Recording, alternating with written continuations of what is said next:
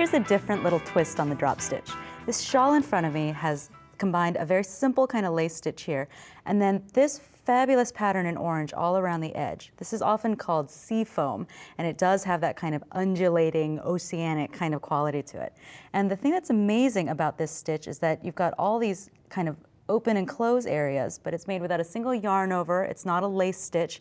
It's all just straight knitting, except you're working extra loops that you drop actually as you're knitting. In this stitch, we're actually dropping them as we knit. This is so simple and so great looking. It has such a great result.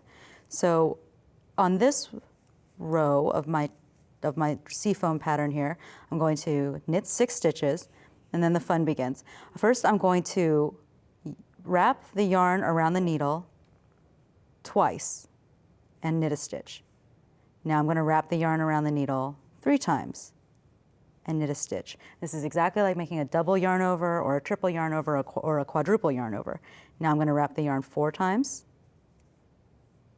and knit a stitch, and I'm just kind of pushing those down on the right needle just to keep them out of my way. Now we're going to go down. I've wrapped 3 times, knit a stitch, wrap 2 times, and then knit the last 6 stitches on my needle.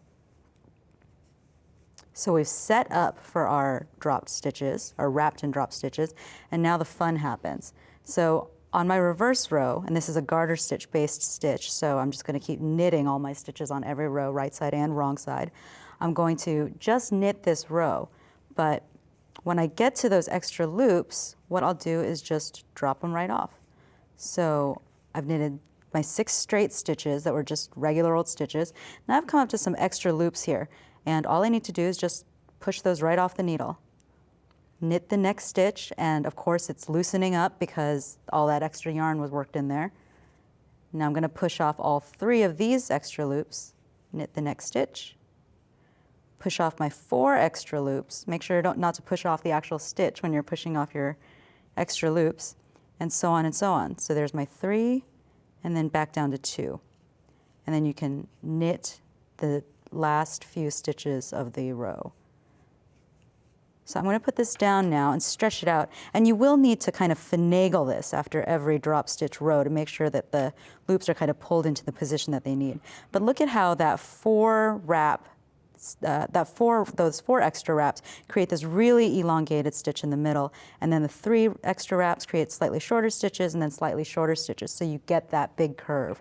So then when you come back, or when you want to work these corresponding curves on either side, it's the exact same thing, just repeat it twice. So first we're going to knit a stitch, then we're going to wrap twice, knit a stitch, wrap 3 times, knit a stitch, wrap 4 times, knit a stitch, 3, knit a stitch, 2, knit a stitch. And then we would just knit 6 stitches in the center and then work our drop stitch section again. And this is an interesting pattern because you can make it as light or as dense as you want. I've worked several rows of garter stitch in between my sort of seafoam areas, but then right here I've worked just 1 row of garter stitch, which creates a much more delicate, lacy, open effect. And it's a lot of fun, the different ways that you can experiment with these kinds of stitches. But it's very low effort, it's fun, and it's absolutely beautiful, the effects that you can get with these kind of drop stitches. Thanks for watching today's show. We hope you'll intentionally try these drop stitch techniques for original knitwear designs.